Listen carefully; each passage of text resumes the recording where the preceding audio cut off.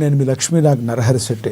మనందరికీ తెలుసు, గత వారం రోజులుగా ఏదైనా హాట్ టాపిక్ ఉందంటే శివాజీ ఏదైతే యాక్టర్ ఉన్నాడో తను తన సొంత సినిమా ఏదైతే ఉందో ఒక సినిమాలో యాక్ట్ చేశాడు. ఆయన ఆ సినిమాకు సంబంధించి ఒక ప్రెస్ మీట్లో మాట్లాడుతూ మరి హీరోయిన్లు వేసుకునే వస్త్రధారణ విషయంలో తను మాట్లాడిన మాటలు చినికి గాలివానగా మారి గత 7 రోజుల నుంచి కూడా విపరీతంగా అక్కడ ట్రోల్ అవుతున్న పరిస్థితి, రకరకాల ప్రాబ్లమ్స్ వస్తున్న పరిస్థితి.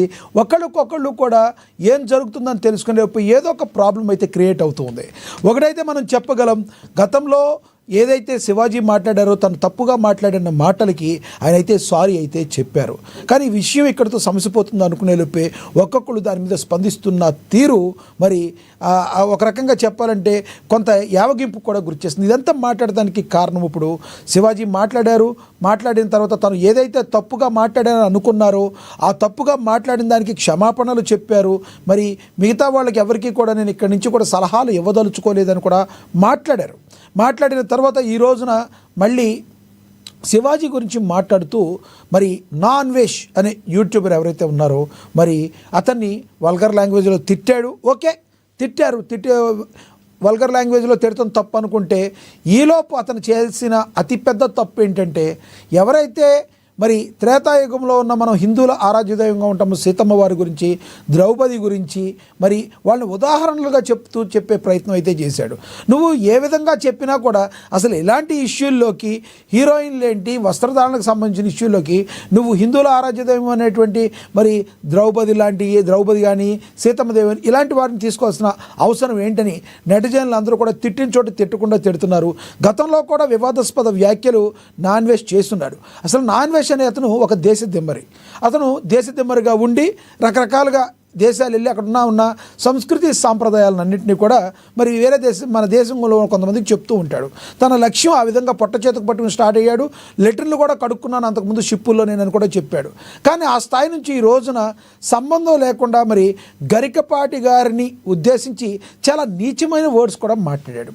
ఎవరైనా ఒక మంచి చెప్పాలని చూసిన వాళ్ళకి మరి నీచమైన, అసలు గరికపాటి నరసింహారామమూర్తి గారు లాంటి వాళ్ళని నువ్వు ఏమంటున్నావు, నీకేంటి అది?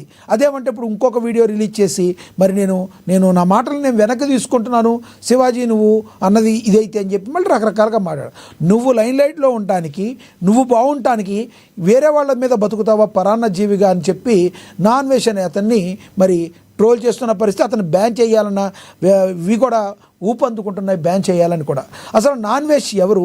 అసలు ఇతను ఈ రకంగా మాట్లాడడానికి పరిస్థితి ఎవరైనా కూడా అంటే వచ్చి హిందూ దేవుళ్ళ మీద, హిందూ దేవతల మీద ఈ రకంగా నోరు పారేసుకుంటా గల కారణం ఏంటి? సంబంధం ఉన్నా లేకపోయినా ఎప్పుడు కూడా హిందూ దేవుళ్ళే ఎందుకు టార్గెట్ అవుతున్నారు? ఇదే అంశం గురించి చర్చ కొనసాగిద్దాం. చర్చలో పాల్గొనేందుకు మనతో సిద్ధంగా ఉన్నారు, మనతో అందుబాటులో ఉన్నారు నరోత్తమ్ త్రిపురనేని గారు, సోషల్ క్రిటిక్ మనతో అందుబాటులో ఉన్నారు. అదేవిధంగా విహెచ్పి నేత యాదగిరిరావు గారు కూడా మనతో జాయిన్ అవుతారు. ఇక రాజకీయ విశ్లేషకులు న్యాయవాది బండారు రామ్మోహన్ గారు కూడా మనతో జాయిన్ అయ్యారు. ఇక సీనియర్ జర్నలిస్ట్ అక్షర్ సచిన్ గారు ఫోన్ ద్వారా జాయిన్ అవుతారు.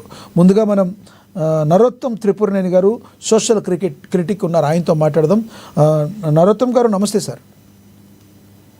నమస్కారం. నరోత్తమ్ గారు, ఇప్పుడు జరిగిన సిచ్యువేషన్స్ వారం రోజులుగా ఎట్లా ఉన్నాయో తెలుసు. మరి నిన్నటి రోజున మరి ఈ నాన్ వెష్ అనే అన్వేష్ యూట్యూబర్ చేసిన వ్యాఖ్యల్ని ఏ రకంగా చూడాలంటారు?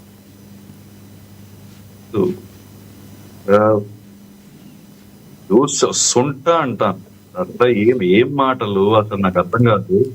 అంటే మన దేశాన్ని, మన వాళ్ళని, మన సంస్కృతిని క్రిటిసైజ్ చేస్తే ఇంటలెక్చువల్ అనుకుంటారని ఫీలింగ్. అందుకని వీళ్ళు సాఫ్ట్ టార్గెట్స్ కాబట్టి ఏమనరు.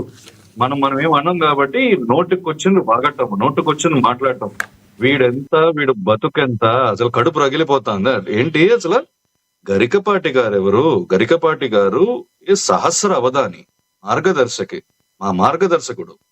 మన సమాజానికి కొన్ని మార్గదర్శకాలు చూపే వ్యక్తి ఆయన పట్టుకుని ఏంట మాటలు, వీడు అసలు మానసిక స్థితి ఏంటి వీడిది? I don't think such people should be entertained also. అసలు సరిగ్గా బుద్ధి చెప్పాలి. ఇప్పుడు రీసెంట్ గా శివాజీ గారు మాట్లాడిన మాటలు ఉండొచ్చు, అక్కడ మాట తూలారు, దానికి మూల్యం చెల్లించుకుంటున్నారు. And I think he'll come out of it and కొంచెం ఆయన సరిదిద్దుకుంటున్నారు.